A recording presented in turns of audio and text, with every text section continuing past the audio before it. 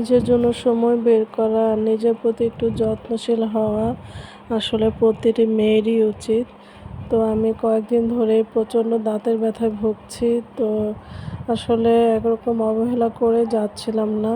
সংসারের সব কাজ করা হচ্ছে, সব দায়িত্ব প্রপারলি পালন করা হচ্ছে, কিন্তু নিজের জন্য আসলে সময় কোনোভাবে বের করা হচ্ছে না। তো দেখলাম যে দাঁতের ব্যথাটা অনেক বেশি বেড়ে গিয়েছে।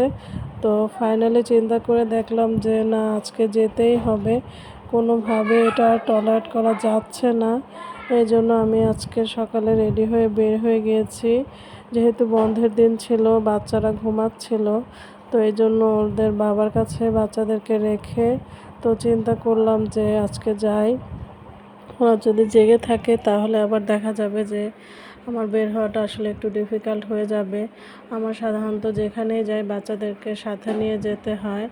একটু সিম্পল নিচে বাজারে যেতে হলেও আমার বাচ্চাদেরকে সাথে নিয়ে নামতে হয়। তো কি আর করার, আজকে বাধ্য হয়ে, যেহেতু হসপিটালে যাব, হয়তো সিরিয়ালে অনেকক্ষণ বসে থাকতে হবে। তো লং টাইম তো বাচ্চারা আসলে শুধু শুধু বসে থাকতে গেলে বোর হয়ে যায় আর ওরা খুব অস্থির হয়ে যায়। এটা আসলে ওদেরকে দোষ দিয়ে কোনো লাভ নেই, কারণ ওরা আসলে বাচ্চা, তো ওরা তো আসলে সেইভাবে ম্যাচুরিটি লেভেলটা সেরকম না ওদের যে ওরা ধৈর্য ধরে লং টাইম বসে থাকবে। আমি জানি না আসলে আমার কতক্ষণ বসে থাকতে হবে। তো এই জন্য আমি আজকে বাচ্চাদেরকে নেইনি। তো যাই হোক, বাচ্চাদেরকে বাসায় রেখে আমি আজকে গিয়েছিলাম হসপিটালে। তো কিন্তু খুব একটা লাভ হয়নি যদিও, কারণ বলছিল দাঁতের রুট ক্যানেল করতে হবে।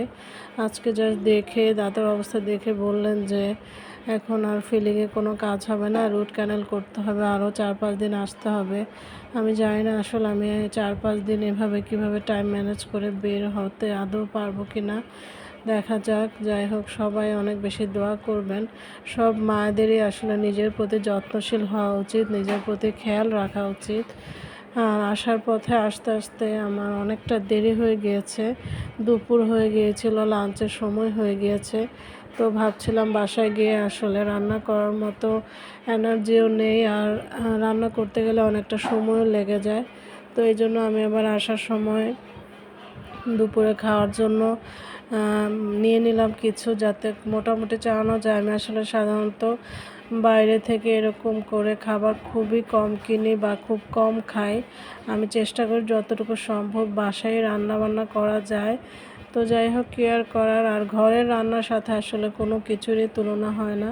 আপনি যত টেস্টি খাবারই আনেন না কেন, ওরা তো অনেক আর্টিফিশিয়াল মশলা দেয়, আমরা তো সব ঘরোয়া উপাদানে তৈরি করি।